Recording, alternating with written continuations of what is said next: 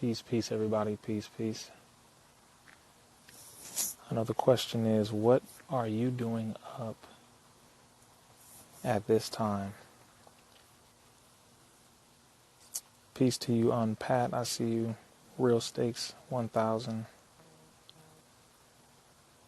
DJ Armada. Good morning. And Inspired 28. S_Howard 4. Peace, peace. Peace, family. I'm up very late / very early. Up very late / very early.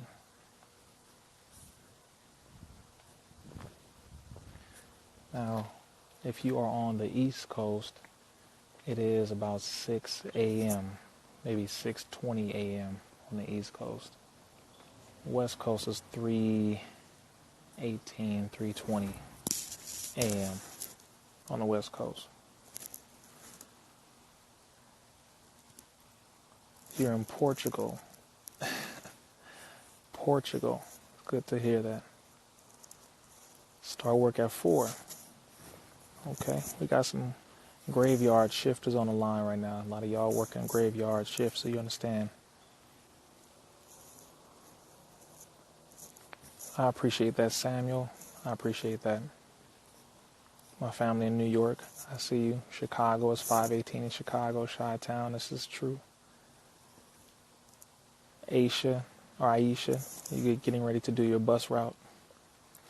Yeah, people who are up at this time are normally doing security, or they're doing transportation for either the MTA bus or train system, or even to a degree some people who handle mail or who work in commercialized kitchen and construction. I'm up thinking. My mind moves very fast, and sometimes I have to be up and think. I gotta think. I have a lot of thinking to do because there's a lot of work to be done, so my mind is constantly moving. Constantly. Some of you understand what I mean by that. I don't start working till 9. I'm always up at 6. Oh yeah, I feel you. Yes, I'm up taking kids to school. That's another thing. Parents. If you are a parent, a lot of you are up early dealing with your young little ones. I don't have any children yet, but I do want children one day, of course. What's some steps to stay disciplined? Focus on the purpose that you have found for yourself. So number 1, you find your purpose. You find your purpose. Many people don't know what their purpose is, so that's the first thing you do. Number 2, once you find your purpose, you have to look at what it is you need to do to maintain that purpose. So you have 3 parts: be, do, and have. What is your purpose? What do you want to be to successfully live out that purpose? What you want to be will determine what it is that you have to do. So then you have to look at all the steps and things that you must do. Exercise, train, study, invest your money, whatever these things are. Then that will tell you, or that will help you to get what it is that you want to have. Be, do, have. Look at what you want to have. That will tell you what you need to do. And what you do will be dictated by what you want to be. And what you are going to be is what will help you to live out your purpose. You practice those steps. Be, do, have. Let no one take you off course. Some of the biggest problems you will have. Do I sleep in a suit? No, I don't. I have a suit on right now with my trench coat on. Full trench coat. Because I'm outside thinking. But So yes, maintain your discipline and don't let anyone knock you off of it. Everybody's going to fail at a certain point. But when you're doing that, when you're living your purpose, when you are maintaining your discipline, don't trip. You'll stumble a little bit. Everybody does. But the only person who will notice is you. You understand? It's like when you're acting. When I was acting for 10 years, professionally acting, in theater as well as commercial, no one knows your lines except for you. No one knows your script except you. So, if you stumble a little bit, if you mess up a little bit, the only person who will know that is you. So when you're going through life and you have your discipline, you get knocked off your discipline, you fall a little bit, you mess up a little bit, you kind of backtrack or you slide back or backslide a little bit, get knocked off your game a little bit, and it's okay. It's all right. It happens. It happens. Get back up, dust yourself off, and keep moving. It's very simple. I'm 29. It took me some time to get where I am right now. It took time. What is a good book to read to gain knowledge of our ancient history? A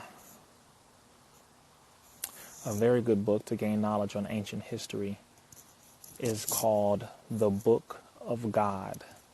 The Book of God by True Islam is the author.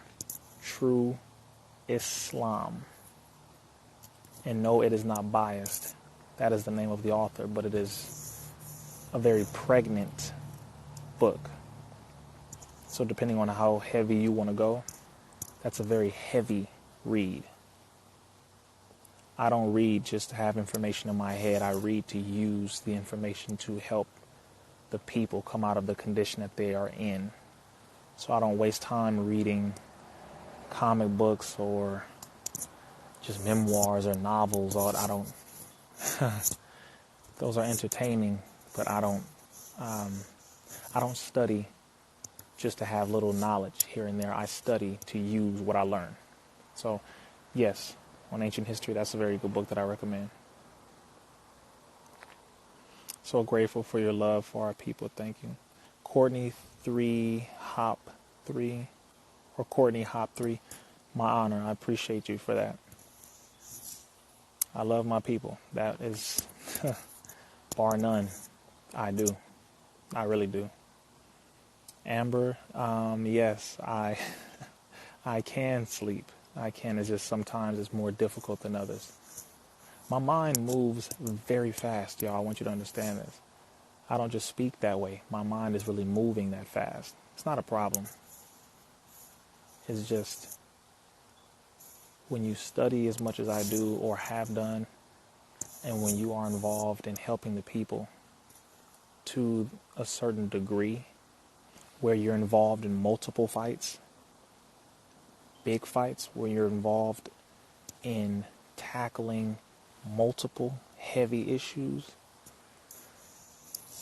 your mind has to move at a certain rate to where you can keep up with all of these things. And not only keep up with them, but have an in-depth knowledge of each one of these topics and subjects. And then have an in-depth knowledge, but on top of that, have solutions with which to rectify the conditions involving all of these things upon which you have in-depth knowledge on and or about. So let's say you have 10 different topics that you study or that you're involved in, 10 different fights. You have to have enough in-depth knowledge about these things so you know how to fix at least a few of the problems within each one of them that your people are experiencing. If not, there's no point in you studying this. You're just wasting your time. A lot of people are information junkies. Information junkies. Okay? What I mean by that is a lot of people become drunk on information. They just love getting more and more information. They don't gain the knowledge and then study and dissect it so that they can apply it. They gain the information just to say, oh, look at what I know. And it's like, oh, really? You know that? Okay, how can you use that? How can you apply that? Once you ask them that, they start looking at you like you're crazy. Find a purpose for why you learn what you learn. I don't get up here just to say, oh, I know this. You never hear me say, well, I know this. I know that. No, I'm too busy giving people the factual information and solutions so that they can come out of the conditions that they're in. That's how I handle business. I don't waste time just looking at getting all this information just to say I know this. It's irrelevant. It's a waste of time. People are deceived by their own delusions. Yes, very, very much so. Very much so. So many people will gain a lot of knowledge just to say they have it. Okay. It's like you saying you have $1 million. Great. Now, what do you plan to do with that $1 million? What do you plan to do with that knowledge? That's what I'm interested in. I don't care about people having lots of knowledge if they do not know how to apply it. You become a knowledge whore. You become an information prostitute. You become a data concubine. I'm not interested. Not even close. There are too many people who have so much knowledge and they could be so useful for the upliftment of our people, yet they waste time arguing with one another, bringing no progress. Very, very simple.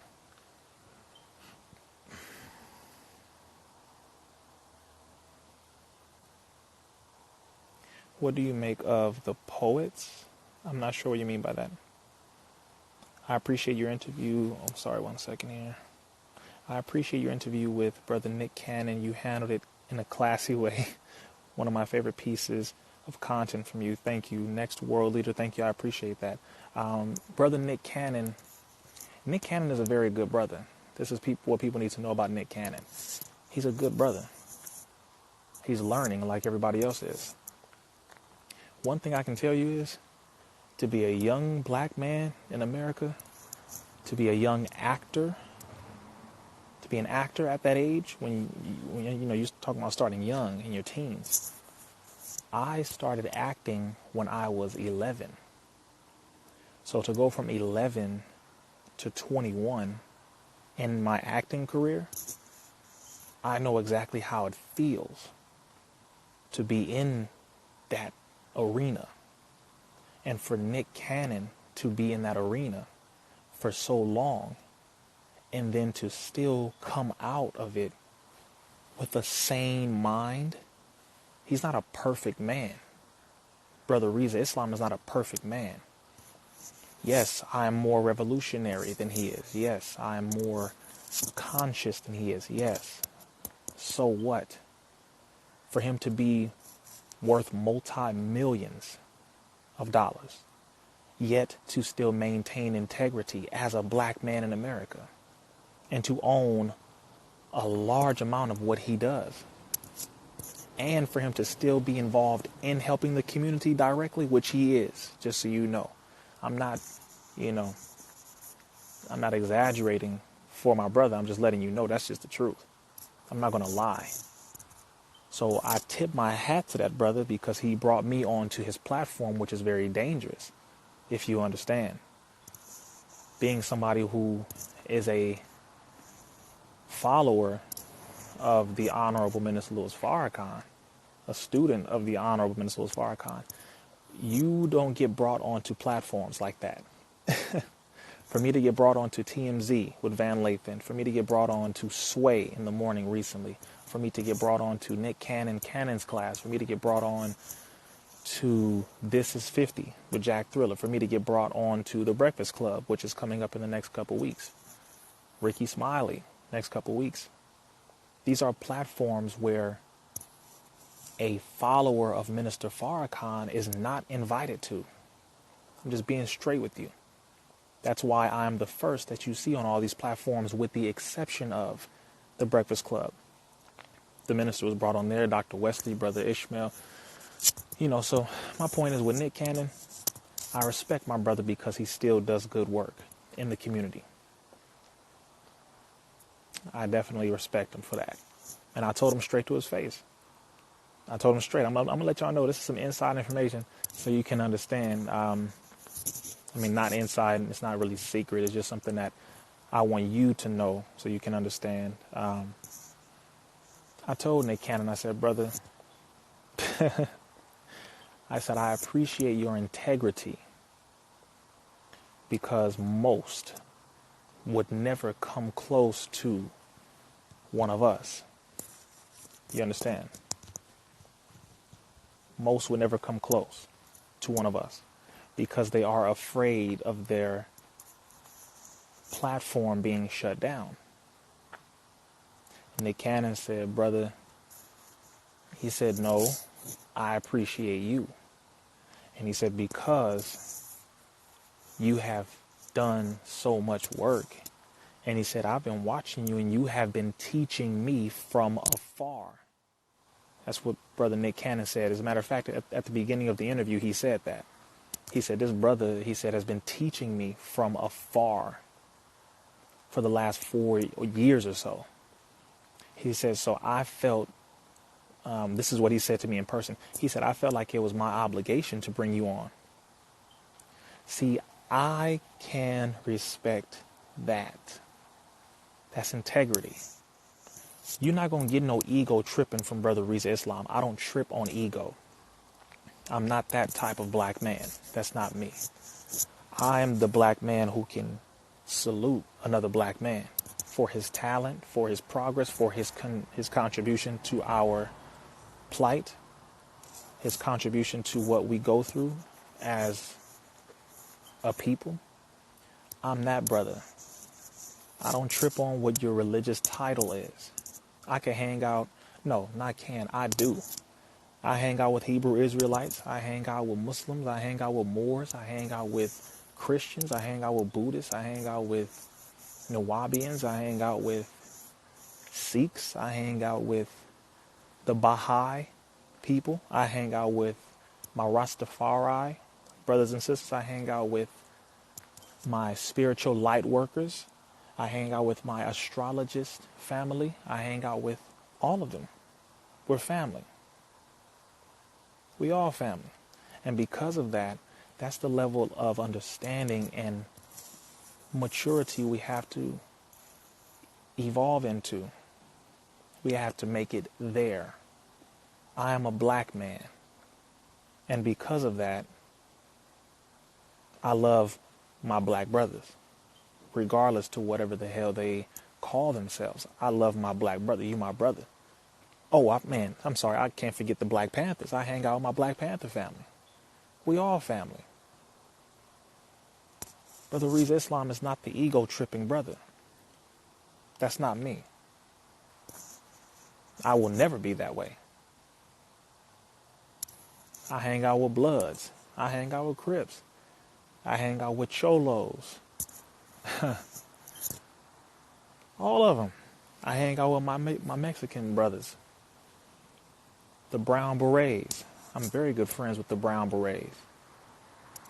The other military, the brown military brothers and sisters. We all family. We all roll together. This is a war that we are in. And some people don't understand that. We are actually in a war. To some people it's silent. To others it is quite loud. To people who are awake, they see everything. So I love my people. Black, brown, red, and yellow. I love my people.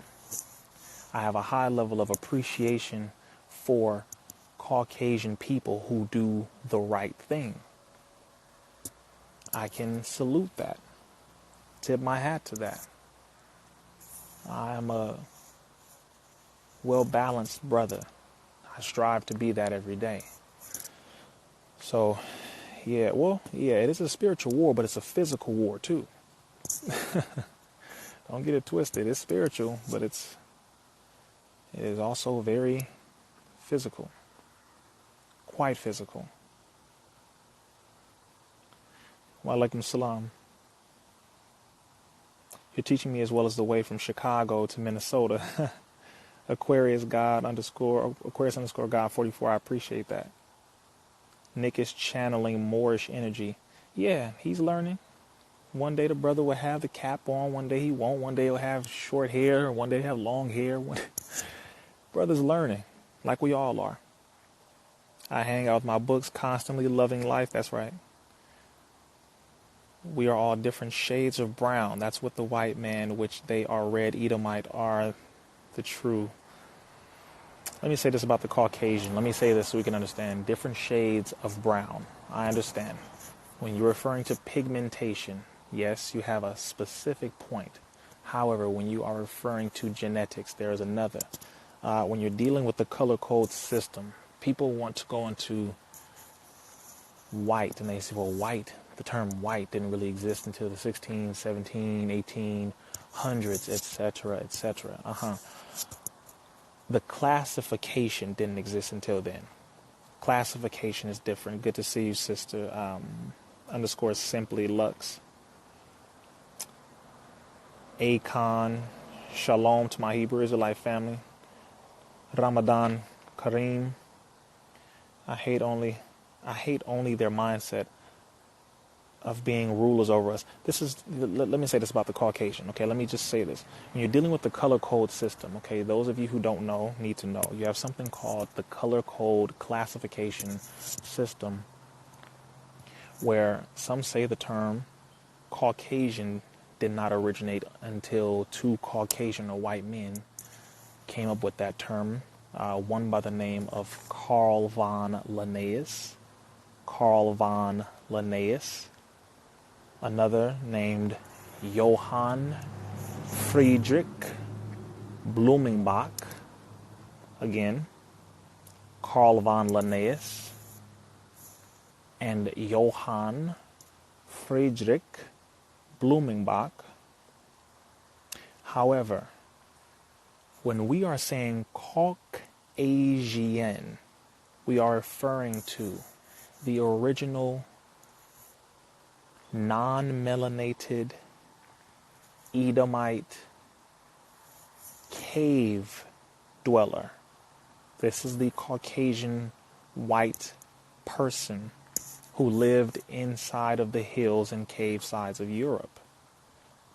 They were named after the Caucasus region in southeastern Asia, the Caucasus Mountains. Okay, so make sure this is very clear. The Caucasus Mountains, which there is a group of people who still live in that area, and they walk on their all fours.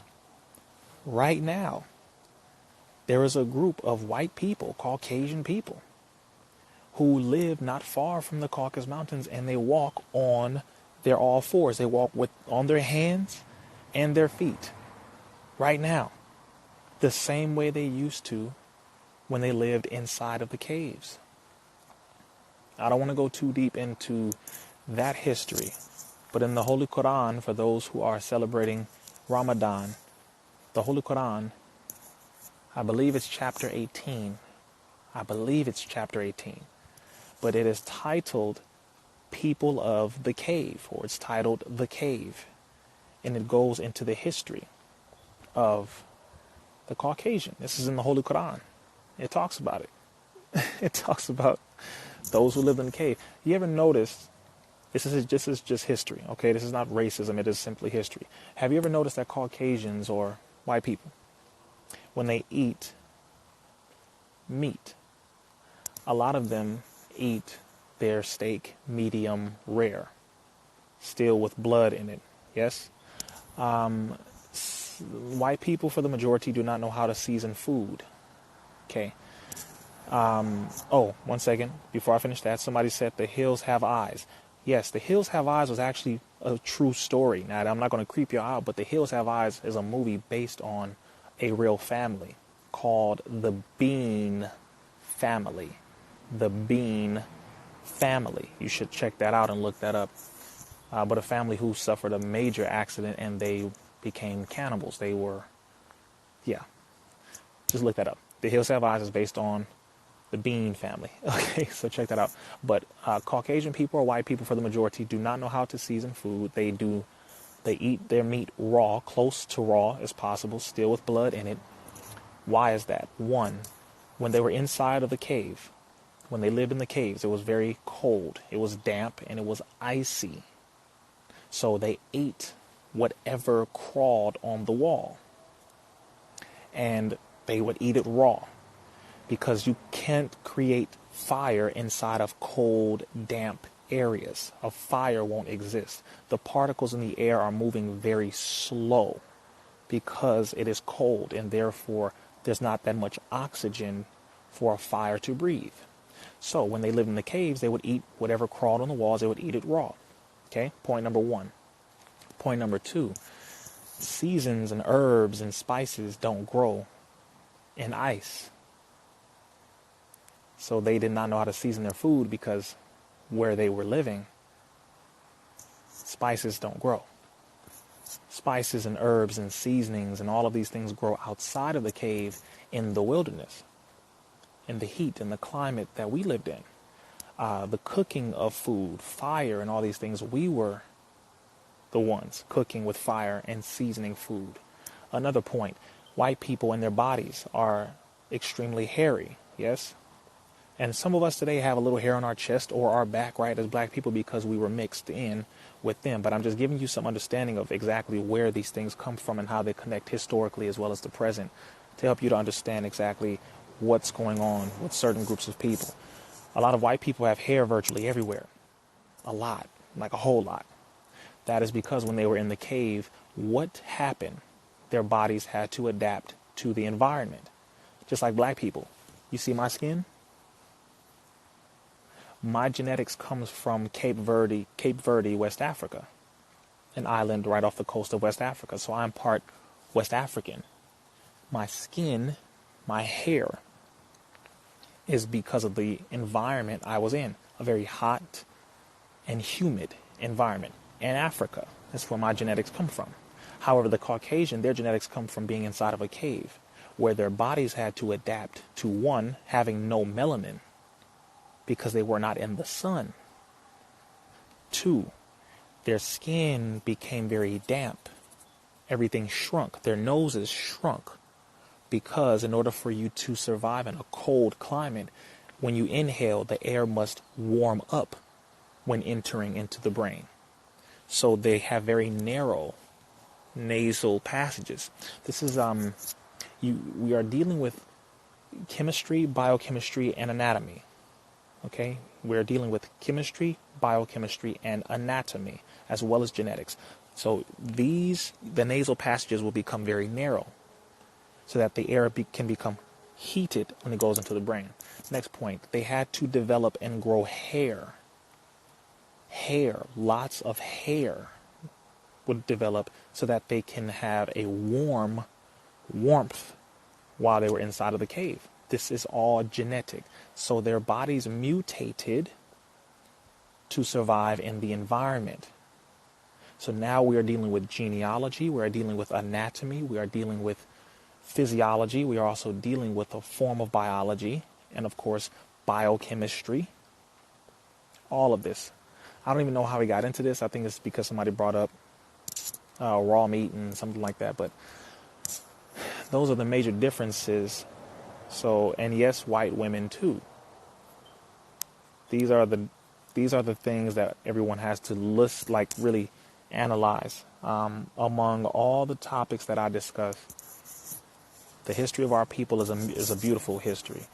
The history of the Caucasian is also a history that everyone should understand and learn from, because when you see what is happening today, and yes, thank you, somebody brought up another point. When you see what is happening today, meaning our relations with the Caucasian, you will be kind of confused But the interesting point to understand and to note is that idea of superiority, that idea of high anger and impulsive drive, low level of logic, intense impulsive drive that the Caucasian has, primarily the Caucasian male, comes from them being in the cave, killing whatever crawled around.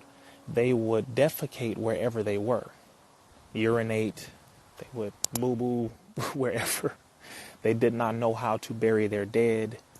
They were cannibalistic, so they would eat one another. And their best friend was the dog. Hence why the white man says that dog is man's best friend. How? That was their best friend when they were in the cave. I'm not being racist whatsoever, not even an ounce, not an iota. Trust me when I say this. That is where they came from, and so the dog was their best friend. The woman was used as an object.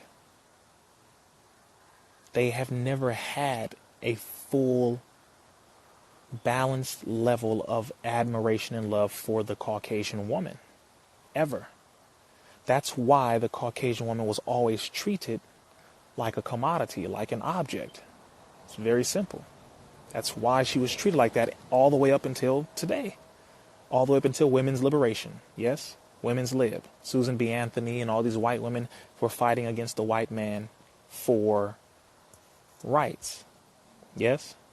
Okay. Meanwhile, black folks are all out in the sun. We having fun. Food is growing everywhere. Fruits and vegetables and plenty of animals and water and seasonings. And we know we can cook. We know how to. We were smelling good. We were putting on shea butter. We had black soap. We had all that. We had body oils and everything. Everything. That is a major difference. No. This man said black people can't be racist. No, we can't. And I don't think that's a debate you ever want to go into. But just in case you even want to start or go in from the outset on that debate, number one, racism means prejudice plus power. One, I'm not prejudging anything. I'm describing historical facts, data, and accurate analysis. Two, I cannot prevent any white person from accessing wealth, from accessing health, from accessing agriculture, from accessing property and or real estate, from accessing loans, from accessing any form of transportation, from accessing anything. So if any white person believes that a black person can be racist, that white person has no understanding of what racism is. Very simple. It's okay. Just say that you feel guilty and you don't like that a black person is exposing the historical cause of the current condition. That's okay. But at the same time, feel the same way about your damn privilege that you have today as a result of what your ancestors did yesterday. No white person should ever walk up to a black person and say any goddamn thing other than, how can I use my white privilege to help you and your people to come out of the condition that my ancestors put you in? Very simple. No white person should ever step to me. I'll just say it that way. And that's why white people don't. The only thing you should do is step to me and say, brother, how can I use my white privilege to help black people come out of their condition? Apologies don't do it. Apologies are decent. But outside of that, it's really more so of an action, a verb. White people who say they love black people, your love is false unless you are using your privilege with which to destroy the system originated by your ancestors. Outside of that, your love is false. It's a nice gesture. Bernie Sanders included. Sorry for those who are voting for him. Back to the point.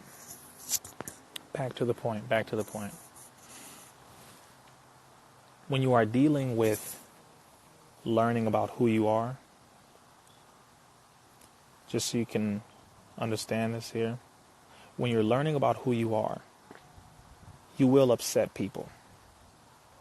You will upset a lot of people. Brother RIZZA, Islam in no way is racist. Oh, of course not. I just love the fact that I'm a black man and I know what the essence of being a black man truly means. I'm happy to know that I'm not just a nigga. I'm so thankful to know that I'm not a thug. I'm so happy to know what a true original Crip really is. To know where I've come from, where my people have come from, and what we are capable of. And to know that through everything that we have been through, we are still here. Boy, I'm happy. I'm very happy. And I thank Allah every day. No police officer should make you afraid. Ever. As a matter of fact, the good police officers, and they exist. I know some of y'all are like, ain't no goddamn good police officers. No, it's just the majority of the good ones don't say anything about the actions of the bad ones. So it's very difficult for us to see the reality that there possibly are some good ones because they be hiding so goddamn much. And they should speak up more. But I do know some good officers. I do. I don't trust the system that they work for. Let's make that clear. Because the system they work for is based in slave catching, and therefore, to that degree, their system will not entirely work. However, the officers who do operate within that system, who are good, can use the system that they are in to do some good for their people. And for those who do such a thing, I admire them for their work. I appreciate them for that work. It's very dangerous, but I appreciate them for doing it and taking the courage to do that. Now, next point. When you are learning about yourself, when you're learning about your history, when you're learning about your present, number one, you have to have enough courage to face the facts that you receive. You got to have enough courage to face the facts that you receive. When you start learning about your history and to learn that you were actual royalty. When people say, oh, we were kings and queens, most people don't know 2 or 3 kings that they can name, 2 or 3 queens that they can name in history. Many of us don't know about Queen Hypatia, Queen Nzinga, Queen Madam Tinubu. Of course, some of you can think about King Shaka Zulu. Some of you can think about, and the Haitian Revolution and Toussaint Louverture, but many of you may not know about Ibn Bilal. Many of you may not know about Bookman. Many may not know of so many kings.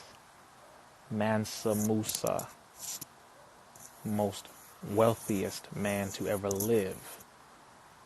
You have to learn this stuff. And as a matter of fact, not only should you learn it, but you should teach it. And you have to teach it in such a way that is so uncompromising that it does upset someone. The goal should be to educate, uplift, and to inject a level of certainty in your people to where they feel solid. They feel comfortable knowing who they are. They feel extremely, overwhelmingly happy knowing who they are. And by knowing who you are, it does not mean that you subjugate others. You don't do that. We don't use our blackness to put everybody else down. I'm not with that. I don't need to do that. We are superior by nature. So you walk in your superiority in a humble manner. And when I say superior, I'm only saying superior because we are the original. Because of that, you have to be the best example of that. But you can't walk around here like, yeah, I'm a black man. I'm the original man, the cream of the planet Earth, God of the universe. Okay, that's true. That's true. But you do not walk around as arrogant as the slave master was arrogant. And then try to make it seem as though you're not like the slave master when you are. You don't walk in arrogance. You walk in humility. Trust me when I say this. Every room that I walk into, this is what Minister Farrakhan said. They said, Brother Farrakhan, how can you be so comfortable wherever you go, man? How do you maintain that good energy? Because, man, there's so much negativity going on and so many negative things people say about you. And how do you maintain that good energy? He said, Wherever I go, I bring my own atmosphere. I said, yo, okay, I can vibe with that. That was perfect. So when I walk into a room, I bring my own atmosphere and it works.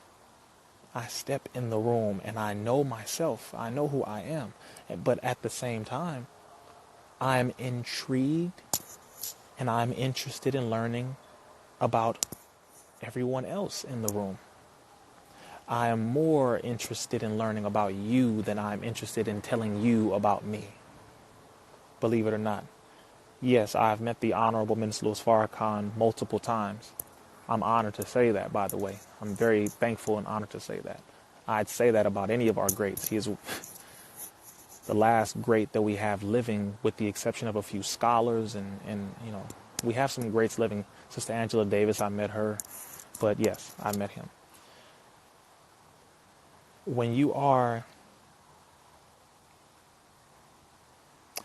start to learn so much and your intelligence rises to a certain level and degree to where you are seen as a threat, that is when you know you must walk in a humble manner. You have to. Humility does not mean weakness. Let's make this very clear. Humility never equates to weakness. Humility equates to self-awareness. This is what humility equates to. A person who is humble is a person who is aware of their own shortcomings and their own defects. I know where I am weak at. That is what humility means. It means you know and you are aware of what your weaknesses are. As a matter of fact, you're aware that you have weaknesses. That's what humility is. You're aware that you have weaknesses that you must strengthen and improve on. That's a humble person. A person that don't just walk around like they perfect all the goddamn time. Some people said that about me. No, I don't walk around like I'm perfect. I know I'm not perfect. I know I'm not perfect. The difference is I am who I am. I walk on my back straight. Why? Because I walk with my damn back straight. You don't complain about a person slouching, but a black man walking with his back straight, his stomach in, chest up, shoulders back. You damn right. That's how my ancestors walked. With no oppression in their back. I don't walk with oppression in my back. Why should I? People look at you and they judge you based off of what they see first, long before what they hear come out of your mouth.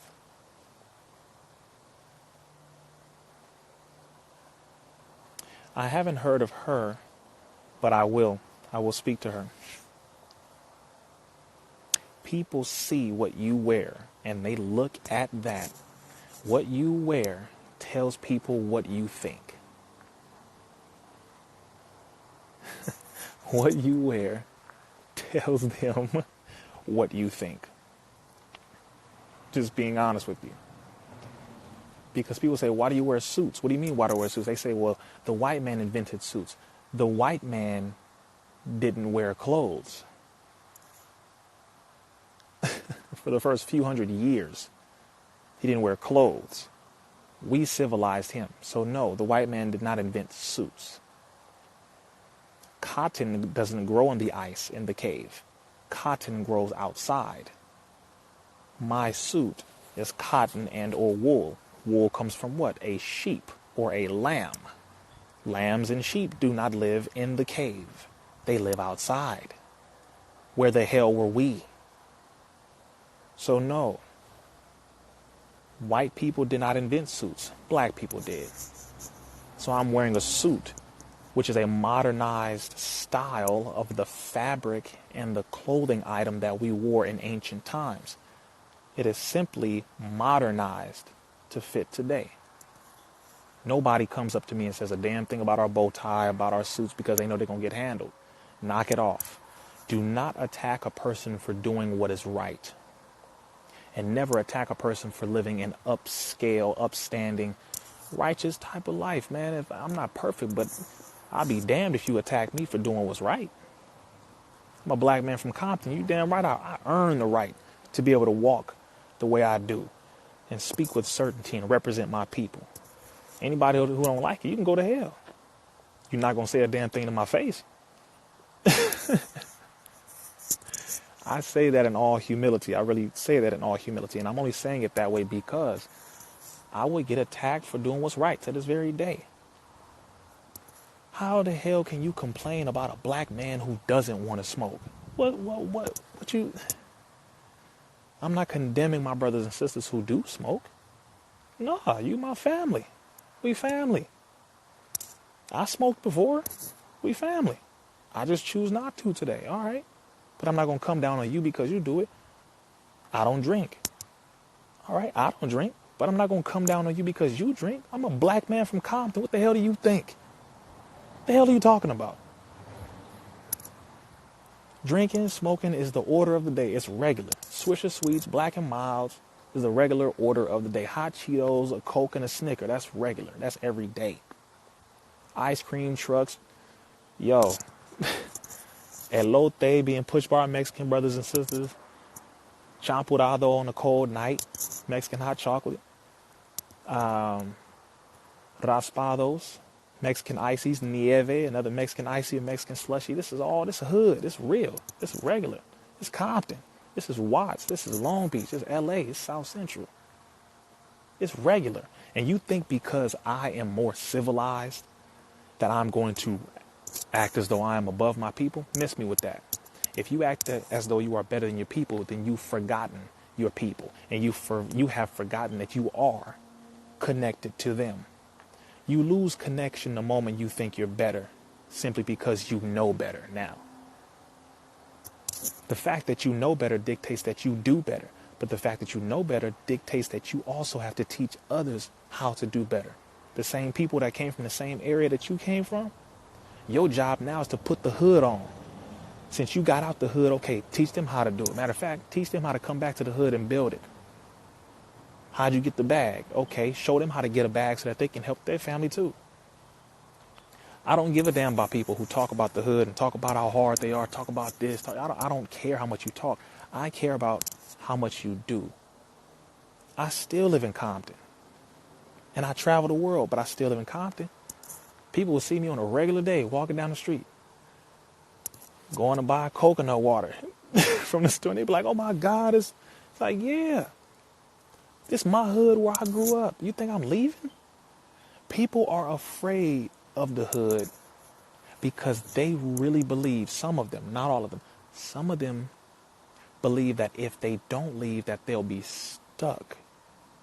And I'm saying after they left and got money and got the bag and came back, they think they'll be stuck. It's like, no, if you put enough people on, enough of them, you'll see the hood doing better all over the place. Give them the knowledge. Give them the information and fight for them. Everybody has their own circumstance, but I'm just saying, I'm just speaking for myself and my experience. I love where I'm from. I love the fact that I have the teachings of the most honorable Elijah Muhammad, which is universal. It encompasses the teachings of the Hebrew Israelite, the Moors, the Black Panthers. It's all of it. It's all of it. It's universal knowledge. It all belongs to us. There's no need to be fighting and being divided over nonsense. It's really simple stuff. The moment we realize that we are in a war, life will become a little more simple. A little. You have too many people who are easily distracted, and because of that, hence our condition. You're not going to see Brother RIZZA Islam recording a police officer slamming a black woman down. Make that clear to you. You're not going to see that. Why won't you see that? Why? Because Brother RIZZA Islam is a natural man. I'm a natural black man. That is not something that I am trained to condone. I'm not built that way. I'm built as an awake man, a natural man. I respond the way I need to respond. I'm not emotional, but I damn sure am highly intellectual. and I'm going to respond in the way that is required. I'll approach in a logical manner. I'll see if I can stop it in the most polite way possible. But the moment they excel and they exceed the limit, then I must exceed the limit too. You don't allow the mother of civilization to be treated as though she is a whore. And even if she were a whore, she's still the mother of civilization in a whore's mentality. But she is the mother of civilization nonetheless. She doesn't deserve that. So that would not happen around Brother RIZZA. And there's plenty of men who think the same exact way. I'm not afraid to die. Some of y'all are too afraid to die. You are so afraid of a bullet. Okay, you die, then what? They killed the body. That shit don't mean nothing. Imagine a police officer is about to grab this black woman, right? Grab this woman and throw her around all that. Just imagine, you see it happen. You right across the street, you see it. And you're about to walk across the street and you see 10 children looking. 10 children over there looking. They're on this side of the street. You're on this side of the street. And where the black woman and the police officer is right over there. Or let's just say a woman, period. Because some of you become a little emotional when you hear black woman, even though the black woman is the most mistreated, period. And that is why I have to put emphasis on that, because she is the one who receives the least amount of love and she deserves more. So I'm going to say black woman. But of course, when I'm saying black woman, seeing how she is the mother of civilization and she has birthed all human beings, I'm saying all women, but I'm going back to the originator of all women, which happens to be the black woman, just for those who are emotional and who like to hear things technically, whatever. The black woman is across the street and she's about to get tossed around by a police officer, right? 10 children are watching over here. You're the only adult. You're the only person who has the courage to go over there and do something about it. You start to walk over there.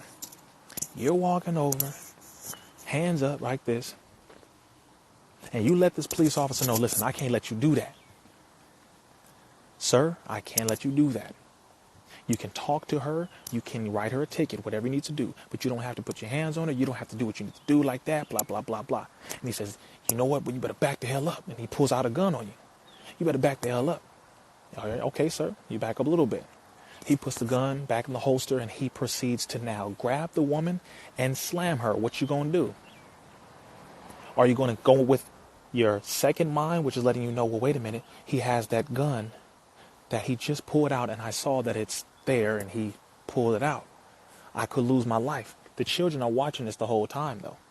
Or are you going to think with your first mind, I'm about to body slam him, or I'm going to punch him and try to take him out, at least knock him unconscious to get her to safety, to do what I need to do to protect her? Which one are you going to do? You're going to go with being a sacrifice possibly, because it doesn't mean that they're going to actually shoot you. That's just a possibility. So are you going to go with that, or are you going to go with the, I'm going to back up and I'm going to let him manhandle her? No, sorry, not manhandle. Beast handle. Savage handle. A man doesn't do that. A beast does. A savage does. So which one you going to do? Brother RIZZA, Islam would do what my first mind tells me. Take him out. Why? Because those 10 children, these little boys and little girls are watching. If they see this man stand up for that woman who looks just like them, that will inspire them to do what is right in the future. That will inspire them to have courage. That will inspire them to have complete and utter pride in who they are, and they will refuse to be subjugated and oppressed. When the people are watching you, then you have to understand it's not about you. It ain't about Brother RIZZA. It's not about this individual. No. They need to see me protecting that woman.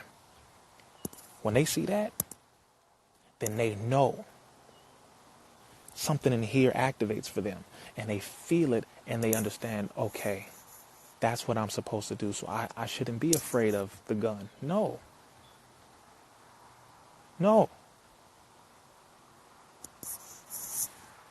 I've had a gun pulled out on me multiple times. I'm not afraid of a gun.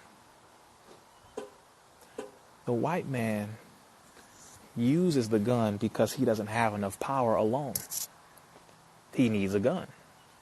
He needs it. This is something we all need to understand. He needs it because the gun is an extension of his lack of certainty in his raw strength. So he needs the gun. He uses that to scare you. But if you're not afraid, then what? Then what? Then what? I'm just telling you, I really want you to all understand this. The reason why they don't run up on the nation and they don't run up on Muslims is because they know we don't fear guns. Last time the police ran up on us, we beat their ass. As simple as that. I'm not exaggerating. I'm not being funny. I'm being extremely serious. Every time they tried to raid a mosque, Nation of Islam mosque, the police, they raided one in Compton before, they raided LA before, they raided Chicago before, they've raided multiple mosques before. Every time. They got whooped. They got whooped. Why? We fear nothing and no one but Allah, God. You are dealing with minded men who are of an original nature. We don't have that type of fear. I don't understand. What is fear? I don't get that. What is that? Oh, a gun? Sorry. Doesn't scare me. Okay. What, the worst thing you can do is kill my body? I don't die. And I don't die. You killed the body. Okay, great. See, once you get over that, once you get to that level of thinking, you will protect a black woman without a second thought. Nobody will have to tell you. You just do it. You will give the phone to somebody else to record. You'll say, here, look, you want to do something? Here, record, bro. Here. And go handle business. Simple as that. Stop sharing videos of a black woman being treated the way we don't want anybody to treat her. Share the videos of us, of black men standing up for that woman, protecting the black woman. Put more videos out like that. You know why? It trains the mind. To see a black man stand up for a black woman and survive inspires black children. To see a black man stand up for a black woman and survive inspires black children. Inspires other black men. Inspires other black women. Black women, let us protect you. I'm going to say this again for the sisters. Let us. It does not mean you are less than a woman or less of a woman. No, it means you are more of a woman. Why? Do you know why black men have to protect you? Let me say this to everybody, including my sisters in the LGBT community, including my sisters who are lesbian. I love you regardless. Do you know why we have to protect you? We're obligated. Because if you die, an entire nation is gone. But if we die, an individual is gone. Do you understand? You are far more important than you could ever imagine. We are obligated by God to protect you because we are protecting a nation whenever we are protecting a woman. Simple as that. You birthed the entire future of our people. You are the investment. You are the greatest investment of us. Why in the hell would I allow somebody to come and attack my investment? No, I'll die before my investment dies. That is my future of my people. So you think I'm going to allow you to step in front of me just because you're like, well, I can do it myself. No, you can't do it yourself in this case. You can if you choose to, but you do not have to, and you should not volunteer. Not for this one, you shouldn't. This is not the situation where you want to jump in front of and say, I can do it by myself. No. You sit the hell down and you go back there because this is something we got to handle. If RIZZA dies, fine. But if you die, my whole damn nation dies. Then what?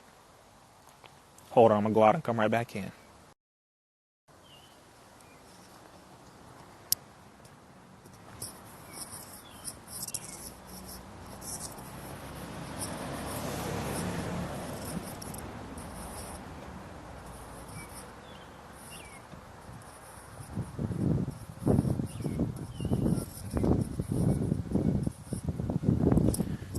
See, it's very interesting.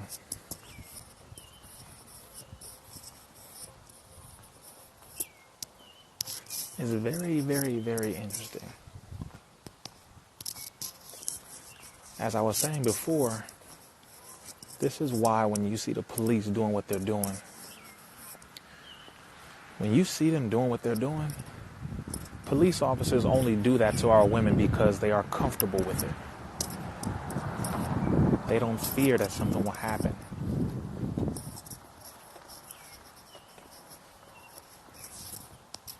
I hope you understand what I'm saying.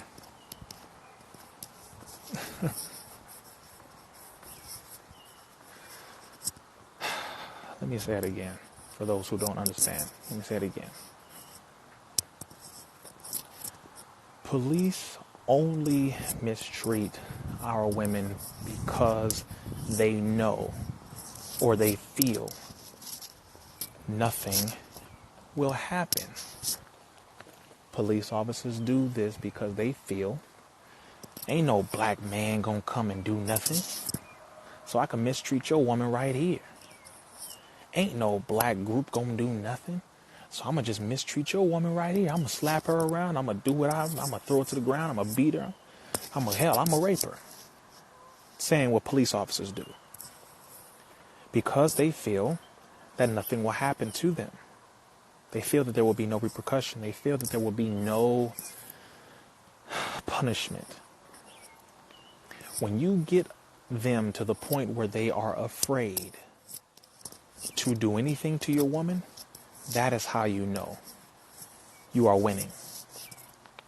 Let me ask you this question. Have you ever seen a Chinese woman being treated the way a black woman is treated by the police? Have you ever seen a Chinese woman get shot or murdered by the police?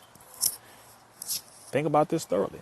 You ever seen an Italian woman being mistreated or beaten by the police in America? What about Jewish? Any Jewish women being beaten or mistreated by police in America? No. Indian, and I'm saying from India. Indian women from India being mistreated or beaten by police officers. You ever seen that? No? You know why? Do you know why? Because as a group, they know if they do something to one of the Indian women from India, the Indians will do something about it. They'll shut down all the 7-Elevens. It'll be a whole bunch of gas stations that will not be ran. So the oil companies will have a lot of unmanned areas. So the gas situation will become backed up. If they do that to the Chinese women, China will declare war on America. Absolutely, they will. And I'm sure there are specific cases where it has happened, or one Chinese woman here or there, or one Indian woman here or there, I'm sure. But for the majority, no. China will declare war. Italy will declare war. This is how this goes. But what about the black woman and man in America? It is our fear that prevents us from rising. Nothing else. You are afraid. And because of that, you will be controlled. It's just that simple.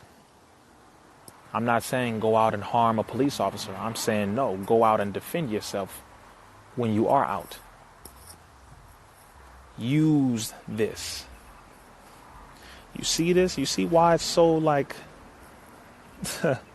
veiny and muscular and see this? Big knuckles. This is what you use. People are like, well, what about guns? You don't need them. But if you want to have them, that's up to you. It's up to you. So I really got tired of seeing those videos. I don't share the videos of our women getting beat. I don't do that. I'm not going to put that up because psychologically it damages the children who watch it. It damages the women who watch it. It puts everyone in a state of fear. And then it also desensitizes them so that when they see it in real life, they won't respond the way they should respond. Simple as that. One woman, one black woman represents an entire nation of people. One black man represents one black man. That's why we have to protect the women.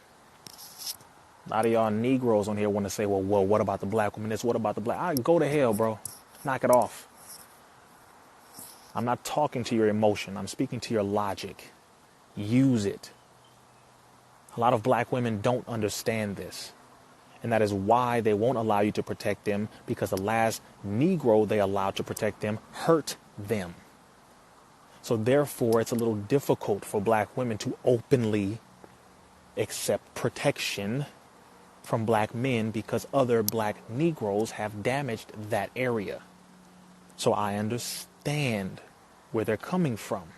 However, from the leadership perspective and from the survival perspective, just don't reason with them. Sometimes you will have to tell a black woman or a Mexican woman, brown woman, listen, I know you are powerful. I know you can handle this all on your own if you wanted to. But right now, you are more important, and I need you to move over there. Let me handle this. Sometimes we got to do that, brothers. Sometimes we got to do it. And the woman will probably be irritated, but she will respect you later. She'll respect you later. She'll say, you know what? He made me back up and he went and handled that. You damn right. Because sometimes the black woman, because of her pain, can't think straight. And sisters, I understand. I understand. But at the same time, when it is a situation that is dangerous, you got to back up. Back the hell up. Because you are more important. If you die, we all die, because there's no future coming now. So for the sake of our people, you must preserve yourself and let us preserve you. Back up. You are the prize. Black woman, brown woman, original women, you are the prize. And because of that, stay wrapped up. Back up. You're too valuable. You're too valuable for us to lose. You're too valuable. It's not a negotiation anymore. This has nothing to do with toxic masculinity or toxic femininity. This has to do with survival of our future of a people, as a nation of people. It has nothing. There is nothing else. Okay. This is not about a man's ego and knock it all of that simple-mindedness, that immature way of thinking. It's none of that. Damn it, if you die, where are our children going to come from? I need to live on through my seed. But if I have nowhere to plant my seed, I die. Logic over emotion every time. Remember this. And I'm not speaking to you from the perspective of just a brother. I'm speaking to you from the perspective of a soldier. When you're in war, you cannot be emotional. It's not how things go. Because your enemy don't play fair. Your enemy doesn't play fair. They don't give a damn about black children. They don't care about black children. They hate black children because black children represents their downfall. The future of black looks bright, which means the future of who doesn't. Okay. We're at war, man. But only those who are awake will understand that. Everybody else is just going to be like, oh, it's all great. We're all happy. Why are you so hateful? Why are you so damn asleep? Why are you so asleep? Why are you so out of reality? What is wrong with you? People who have a lot of money normally, black folks who have a lot of money, who move out of their neighborhood, they usually suffer from that. They're not connected to their community that they came from. They don't know much about their history. They don't know much about their culture. They're not necessarily cultural. They are middle class, they refer to themselves. They are Democratic and or Republic. Oh, yeah, Republican. Oh, the black Republicans, right? They go into that area and they are conservative. They start going into titles and bull crap that has nothing to do with reality. They start to evolve into a level of a Thomish stature where the hood is beneath them now. I love everybody. I don't understand. I worked hard. I was able to work hard and pull myself out of the mud where we came from and rise above the hood. And now I live where I live, and they can do it too. They just choose not to. Niggas like that. I went and got my degree now. So now that I have my degree, I actually, like you see I'm flaring my nostrils on purpose, right? Because That's how they do it. So far out of reality. You tell them that somebody's being murdered by the police and they look at you like you're crazy. You tell them that the police are raiding houses in your community that they just came from and they look at you like you crazy. You tell them that racism still exists and that you experience it all the goddamn time and they look at you like you're the problem. Well, maybe you shouldn't have committed a crime. And you're like, wait, what? What? I didn't commit no damn crime. Those are the ones who I absolutely do not want to, I don't want to sit in the same room or on the same panel as them. I can. But a lot of our people now help us to remain in the condition that we're in. If a police officer does what he does to a black woman and your first reaction is not anger, something's wrong with you. Something's wrong. If a black man is being mistreated by the police when he is being clearly non-confrontational, he's going along with the police say, he is being polite and he is following the law and he's being cooperative and a good old jolly good boy, and he still gets shot, your first response should be anger. But if it's not, if you start to justify, maybe he shouldn't have raised his hand so high. Maybe he shouldn't have moved so quick. Maybe he should have given them his license earlier. When you start to justify our death, then that lets me know how dead you are.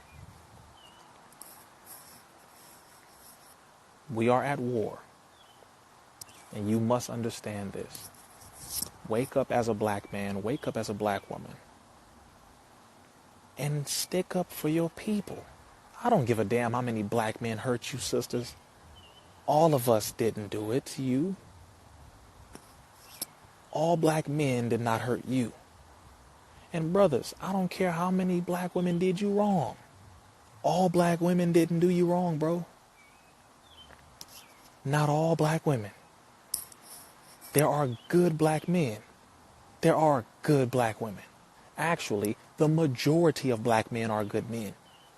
Whether if you know it or not, the majority of black women are dynamite, magnificent, just sublime, beautiful, perfect, amazing, wonderful, stupendous, monumental. The pronouns can just keep coming. So I don't agree with the nonsense and the notion that black men ain't this and black women ain't this. No, I agree with the Negroes and the niggettes who have done harm and have done wrong because of their maturity or the lack thereof. I agree. At the same time, though, I love me some black women. The black woman there is no comparison. And sisters, you know you love the black man. Don't get it twisted. Ain't nobody got it like us. And that's all it is. There is none, bar none. No one compares to, no one competes with. No one can align with, balance out the swagger, the flavor, the style, the way we walk, how we talk. Nothing. You can go from being hood to being Harvard. Hood to Harvard real quick. Nobody can do that like us. And people who hear me talking, some of you are like, oh, see, he's just racist. No, I'm a black man talking about black people. My favorite topic. And I love it. It's almost like me talking about biology, which I love as well. Law, I happen to fancy that too. Science, oh, magnificent. History, oh, absolutely. But my black people, I love it. I love them more than anything else. I will never turn on black people. I will never sell out black people. I love black people. I love my people. You need to get and fall in love with your people as much as you say you love other people. As much as you say you love chocolate, as much as you say you love pizza, or you say you love reading, or you say you love music, or you say you love dancing, or you say you love whatever you love. Love your people more than any of that. Of course, love God above all other things. But even the God that created the black man and black woman created us black. So what does that make him? Oh, don't get mad, y'all. God doesn't have he doesn't have a color or a race or nationality. Another topic for another time, but should be self-explanatory, but I guess not. Anyway, so yeah, I'm in love with my people, and I'm in love with the topic of black people, but I'm also in love with the topic of understanding exactly what our responsibility is as a people. Can you talk about what's Muhammad promoting us during? Yes, the black child, and people who can't defer the two are egotistical. Black God first. He black y'all. Damn, you up early. Yes, I am. If I say God is black, you can get angry, but black is not a color. Whoop. Some of y'all like, what? Black is not a color. Black is the essence. It is the origin. It is the primordial substance. It is that matter from whence all color comes from and forth into the universe and the world. All human beings came from black. The universe was born in triple blackness or darkness. It all comes from black. So don't get it twisted when you hear black. I'll say this in a room full of diverse people. I'll say it in front of Congress. I'll say it in front of the BET Awards. I will say it. And people can get angry all the hell they want to get angry, but shut the hell up if you're not going to do something about the condition of the world. I don't care about your feelings when it comes to the truth and the way that I say it, because I say it in a very polite way. Believe it or not, I do. There are a lot of people who don't.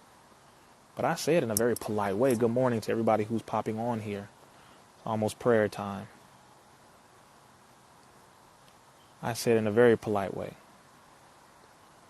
I love my people, and I have love for all people to the degree that they have love for mine.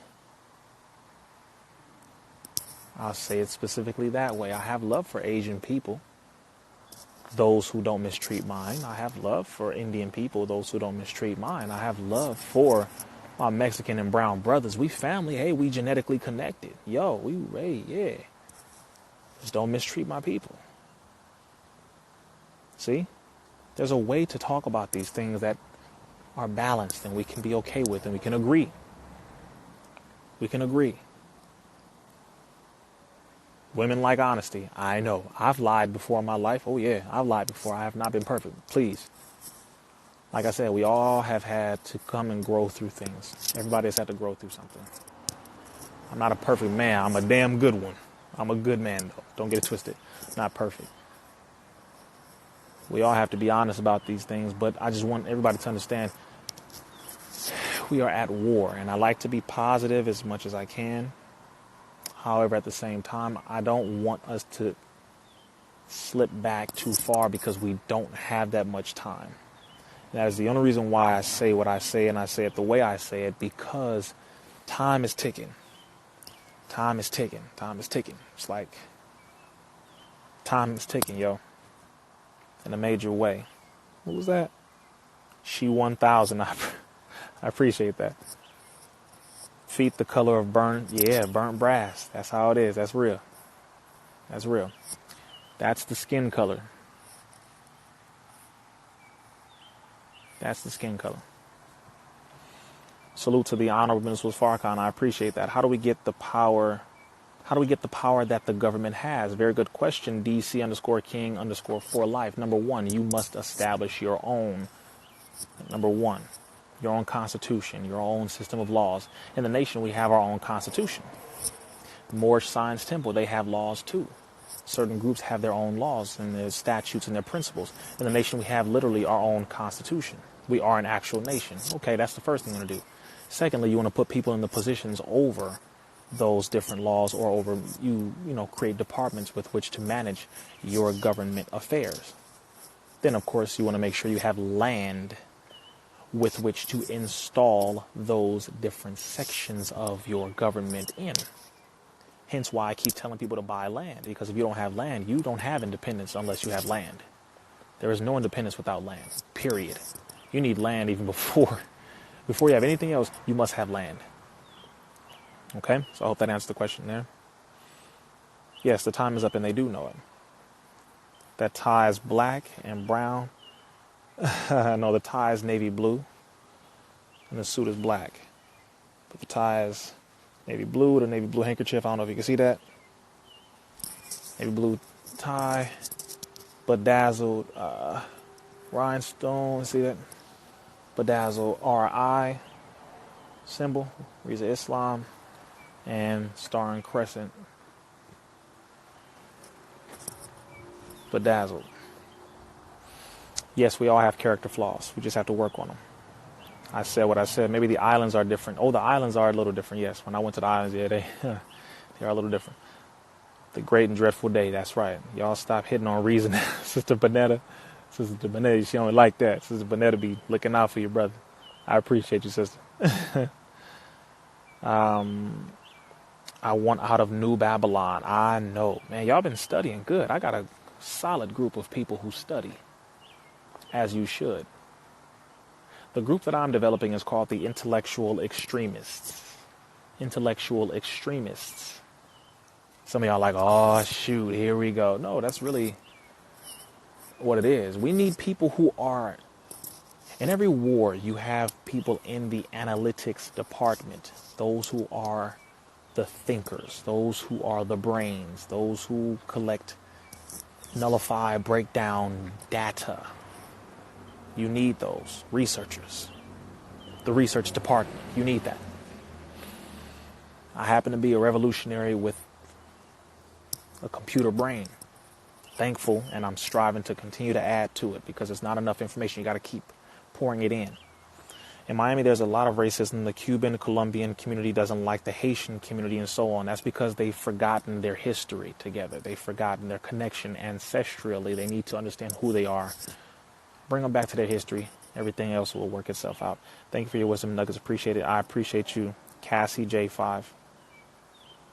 Erica Lynn, number 2. I respect you as well, says thank you. Is Elijah Muhammad a prophet to you? No. The Most Honorable Elijah Muhammad was not a prophet. He's the messenger. There was nothing for him to prophesy. It was already here. That's what he said in his own words. There was no need for him to prophesy. It's already here. Everything that he was talking about was already happening. It's like, there's no need to prophesy. But he was delivering the message. Oh, yes. We must establish our own. Yes. Blueprint is down. It's already written. This is true. This is already true.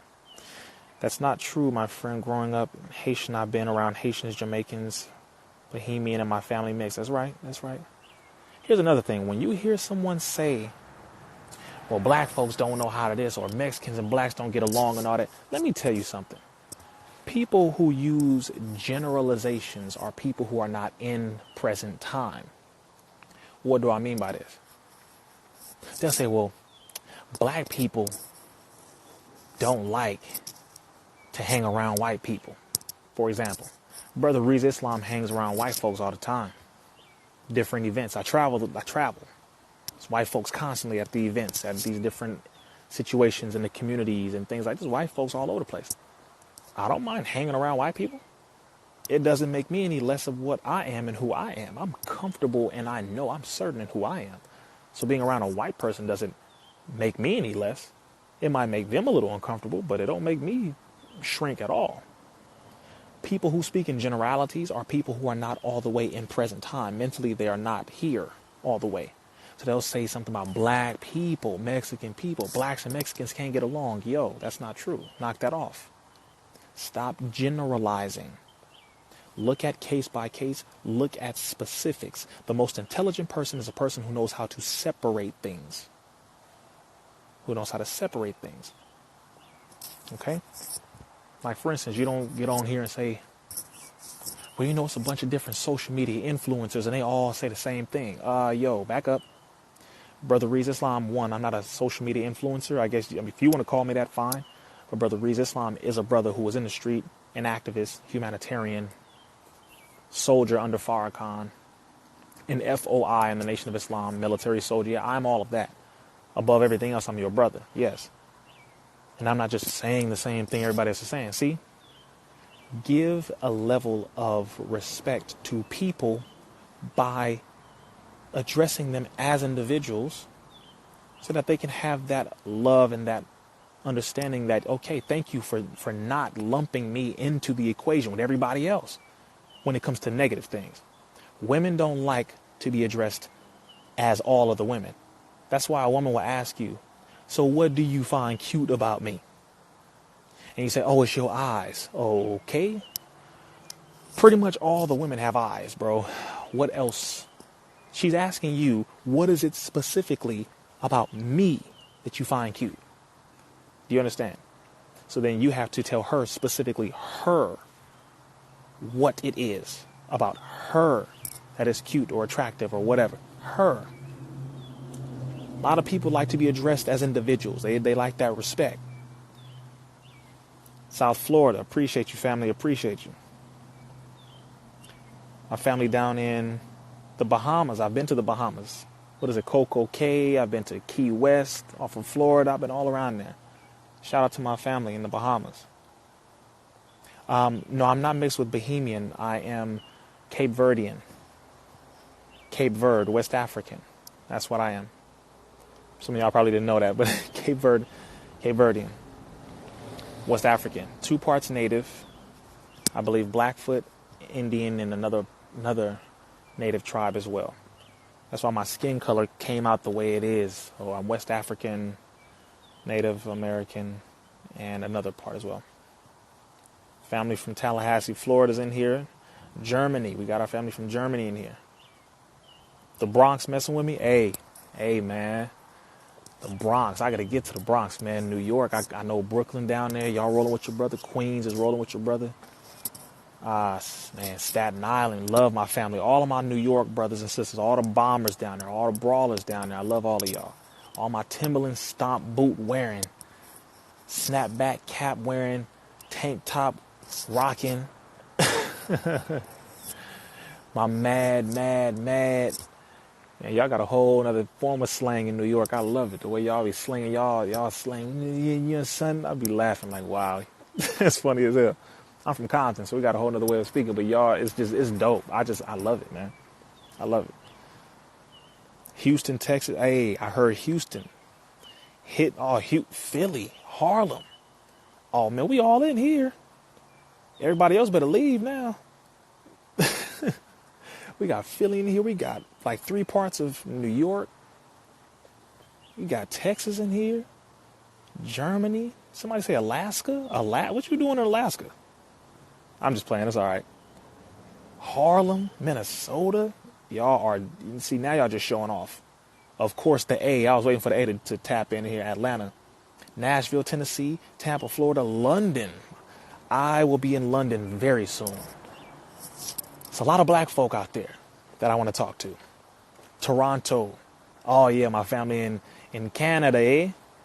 My brothers and sisters in Toronto. Brampton. Y'all got a whole other way of talking, too. That's funny as heck. Australia, yes. I want to go speak to the natives in Australia. The Koori, Guri, the Nunga, black fellas. The original people down there. Louisiana, Baltimore, Maryland, I got to come see y'all in Baltimore. Louisiana, I got to come see y'all too. Miami, definitely. The United Kingdom, Dallas, Pittsburgh, y'all all in here. Why the hell are y'all awake right now? Oh, well, it's 8 over there on the West Coast, or East Coast, pardon me. It's about to be 5 over here. Illinois, y'all are amazing, man. Cocoa Beach, Florida, Chicago. I was waiting for Chi-Town to come in. I was waiting for y'all. Seriously. Fillmore, man. Can't wait to see you at Bully. Oh, that's my brother, the business bully. Man, I didn't even know. I didn't even know it was you. I was just reading. My brother, the business, man. I cannot wait for that. My brother. That's in Philadelphia. BullyCon. Y'all better show up to Philadelphia, man. Myself or my brother, who's a David Banner, will be there. Oh, that is going to be powerful in Philadelphia. Let us know when you are in London. Yes, I will let you know when I'm in London. I will. Seattle. All right, Seattle, Washington. The 29th of this month, I will be in Seattle, Washington. Guess who I will be there with? Judge Joe Brown. Guess who else I will be there with? A brother by the name of Andre Taylor. For y'all in Seattle, you should already know that brother. And guess who else Brother RIZZA will be with, or we will be with one another in Seattle, Washington. On the 29th of this month, Dr. Umar Johnson. Yes. Y'all like, what? Yes. Brother Dr. Umar Johnson. We were all discussing and talking, and he will be there. This is dealing with police brutality, with the laws that got passed in Seattle regarding police accountability, which is one of the only states where you can actually sue the police officers and they have to have full accountability and everything. It's amazing what they've done in Seattle, Washington. I'm very proud of them. Shout out to my brother Andre Taylor for what he has done. He's done a major progressive thing that all the states need to adopt. New Orleans is in here. Houston, Texas is in here. Baltimore, Maryland. Oh, I'm going to be down there. Of course, New York, D.C. I've been to Washington, D.C. about 4 times. I spoke at, I believe it was Howard. Howard is in D.C., yes? Spoke to the law students there. That was very interesting. I hold no degrees. I want y'all to understand this. Brother RIZZA does not hold any degrees. But when I was on that panel with that civil rights attorney and that other degree holding person, you couldn't tell that I didn't have a degree. It was hilarious. But I was just laughing like, man, I'm speaking at Howard. It was blowing my mind. I'm very, very, very humble. So, I mean, I'm like a big child when it comes to this stuff. It just blows my mind. I just spoke at Tuskegee University. Blows my mind. I'm like, how? It's unbelievable to me, seriously. But this is the work. Trinidad. Oh, man. Love my family in Trinidad. My Trinidadian family. Virginia, Manhattan. Let me see.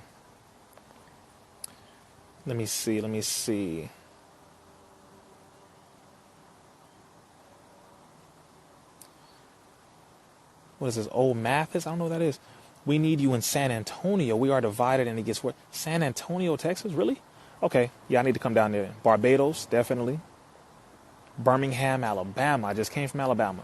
The Bronx. We'll be down there. London, definitely. Need to feed us the truth for breakfast. Oh, yeah, we making it happen. Connecticut, and y'all are like really doing the thing. Y'all are doing the thing, and I'm proud of y'all. You'll be there. I'm here. Chicago. Chicago is always in the house. Philly. Love y'all, man. Now, I pray everyone is really paying attention. Fayetteville, North Carolina, Arizona, Newark. Oh, my God. Y'all are like showing out in here. Kansas City. Y'all repping y'all cities hard. Detroit. All the D. Uh-oh. Oh, Johnny hopped on. Everybody's on here. Y'all are showing out. Vegas. I got to come to Vegas. It's a major group down there. It's about 4 or 5 schools that they want me to speak at in Las Vegas. They're like, man, Reese, you got to talk to them. They're trying to be pimps. I'm like, no, they not. Ain't trying to be no damn pimp. This is dope, man. I really love y'all. I appreciate y'all. Thank you for coming to San Antonio. Love and safety to you, my brother. I appreciate you. I appreciate you, sister. Absolutely.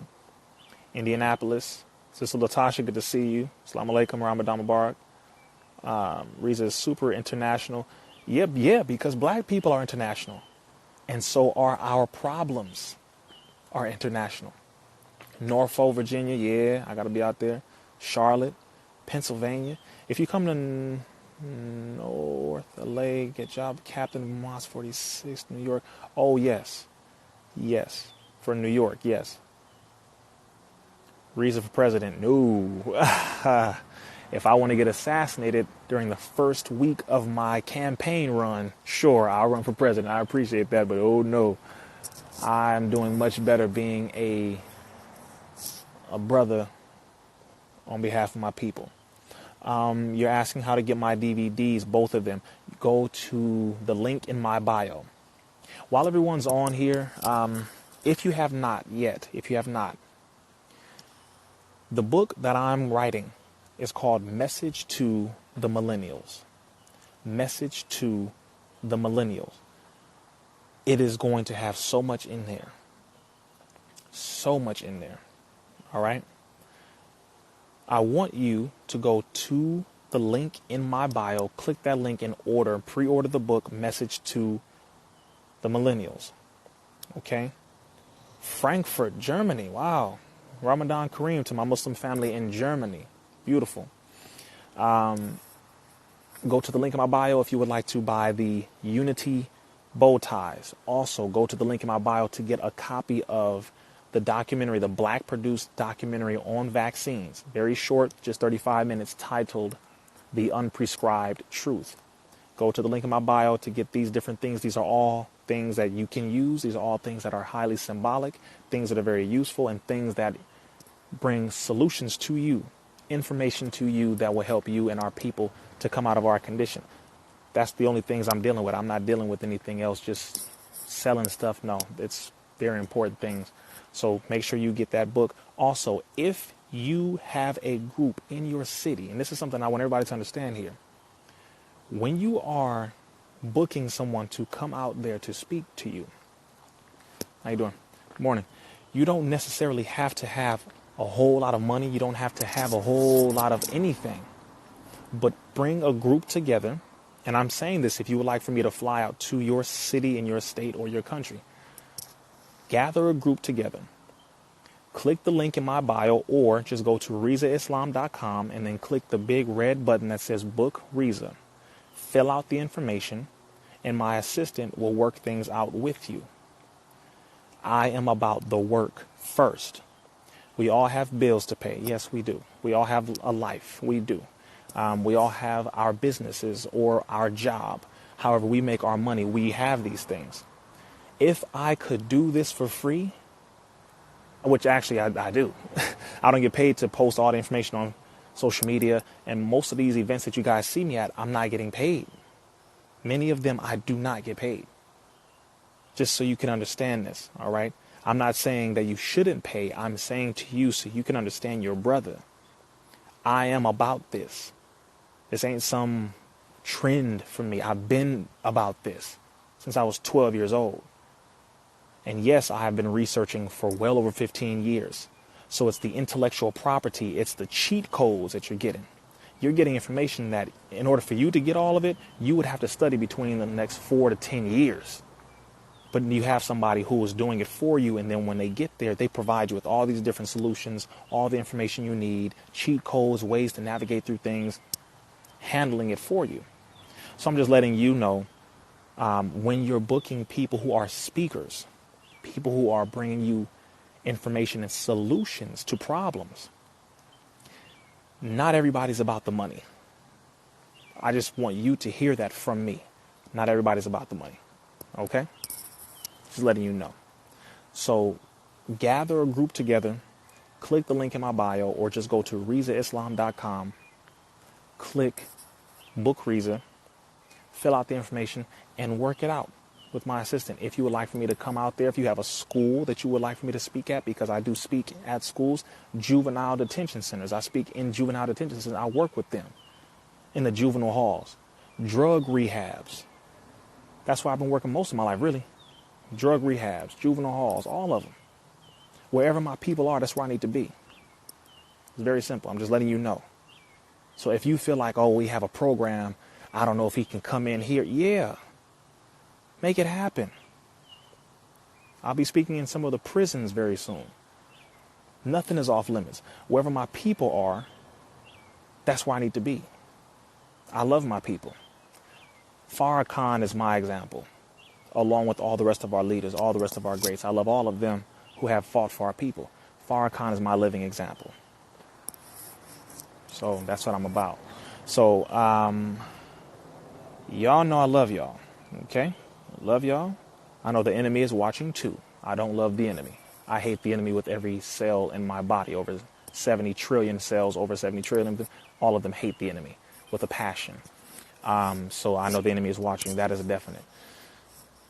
And I'm never forgetting that fact. And I don't let my guard down ever on that one. So when I say I love my people, those who are genuinely my people, y'all understand. But the enemy knows I don't give a damn about him and his system. He can go to hell, which inevitably that is where he will go. But good morning to everybody who's watching. Good morning to you. I pray you're having a good day. It is actually time for prayer. So what I'm going to do is I'm going to hop off of here. I'm going to pray because that's what we do. We handle business like that. We connect with the supreme being and with the universe. Some say Allah, some say God, Jehovah, Yahweh, Vishnu, Jah, whatever you want to call God. But that's what we do. And I'm going to pray. And then I'm going to move on. With the rest of my day, we're going to handle business. All right? But also, again, love y'all. Appreciate y'all. If you would like to book me for a speaking engagement, click the link in my bio. Go to the link in my bio right now. Get your copy of Message to the Millennials. Pre-order that. Click the link in my bio. Get your copy of Message to the Millennials. All right? Don't be playing, y'all. Don't be playing. Appreciate y'all. Enjoy the rest of your day. Please be productive and stay away from negative people and handle business. Brothers, protect the women. Sisters, allow us to protect you. Sisters, protect yourself. Be logical, not emotional. Peace. Assalamu alaikum.